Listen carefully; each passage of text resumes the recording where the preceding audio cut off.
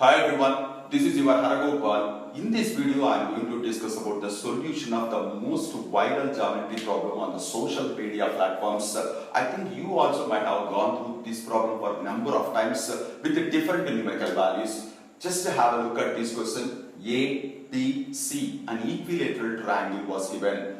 A point P was chosen inside the triangle ABC such that PA length is 13, PB length is 14 and PC length is 15. With this information, they are asking to calculate the area of triangle ABC. Usually, whenever an equilateral triangle comes to us, to calculate the area, we use root 3 by 4a square. But to use this formula, we expect side length or at least altitude length. But they did not mention anything about these two. Just a strange information given to us to calculate the area of equilateral. The real beauty of this problem is how we are going to apply the basic formulas in this particular diagram and how we are going to do the constructions completely beyond the box experience we get from this particular solution of this problem. So that is the beauty of this problem. So before going for the solution, let me recall few basic formulas which are going to help us in solving of this problem. That is, have a look at this triangle. An isosceles triangle was taken. So we know all the properties of isosceles triangle.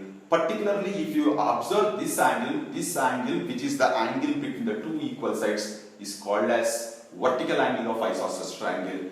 If this vertical angle is equals to 60 degrees exactly, definitely this triangle is going to become as an equilateral triangle. So if the vertical angle of an isosceles triangle is 60 degrees, then it becomes equilateral. Okay, fine. Now coming to another small formula, if you consider any triangle with the three sides, a triangle with all the three sides were given, to calculate the area of this triangle we use a formula which is called as Heron's formula, which is nothing but square root of S minus A of S minus B of S minus C, where S is nothing but semi-perimeter which is equals to A plus B plus C divided by 2. So these are only the information what we are going to use in finding the area of ABC. Now as I said earlier, so how we are going to do the modifications in the diagram is itself completely out of the box experience.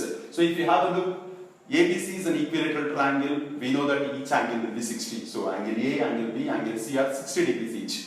But here AP and PP and CP were divided these particular angles into two parts, but not exactly equal parts. Here what I am considering, let me consider this angle as alpha, then this will become 60 minus alpha. Let me consider the lower angle as beta, this is become 60 minus beta. Now let me consider upper angle as gamma, this is going to be 60 minus gamma. So now if you observe carefully, we got a complete figure with the numerical values and angles also. So here what I am doing, PAB triangle if you consider, 13 is there, 14 is there, alpha is there. So now taking the replica of this particular triangle and rotating such that to place AB on AC. So taking the replica and placing here. So as AB length is equals to AC length, definitely it exactly fits on AC. So now if you observe whatever the point you are going to get, consider this point as P1. So now if you have a look at quadrilateral PAP1C, have a look at this quadrilateral. If you observe carefully this angle here, this alpha will comes here, so that the complete angle, what is that angle? Angle PAP1 is going to be 60 degrees. So if you join P and P1, if you observe this particular triangle, this is 13, vertical angle is 60. So it is an isosceles triangle whose vertical angle is 60, definitely it becomes an equilateral, which means P1 length is 13 exactly. So now if you observe the lower part, which is CPP1, this is 15, this is 13, this is going to be 14 because it is equals to PP length. So this is a triangle of sides 13, 14, 15. This is a triangle or this is an equilateral triangle with the side 13. So clearly we can calculate the area of this particular quadrilateral. So whatever I did with the triangle PAP, the same thing I am doing with the other two parts also. What is the two parts? PAC once, PBC another.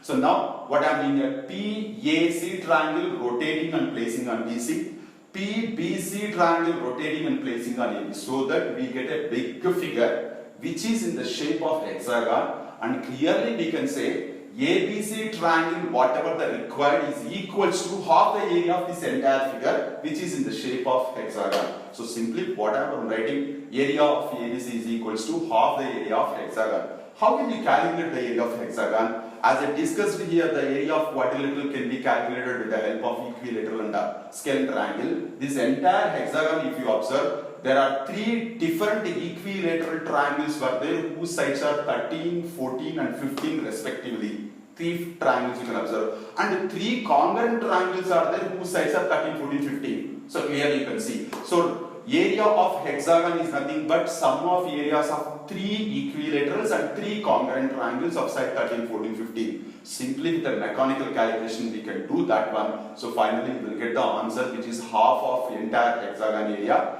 is nothing but equals to area of ABC. So my dear children, the entire beauty of this problem lies in this construction only. This is very mechanical calculation, everybody can understand very easily. So this is the real beautiness of geometry problems. So hope you enjoyed this solution with completely visualization. So we'll meet in the next video with another topic. Until then, take care, bye bye. Your Haragopal.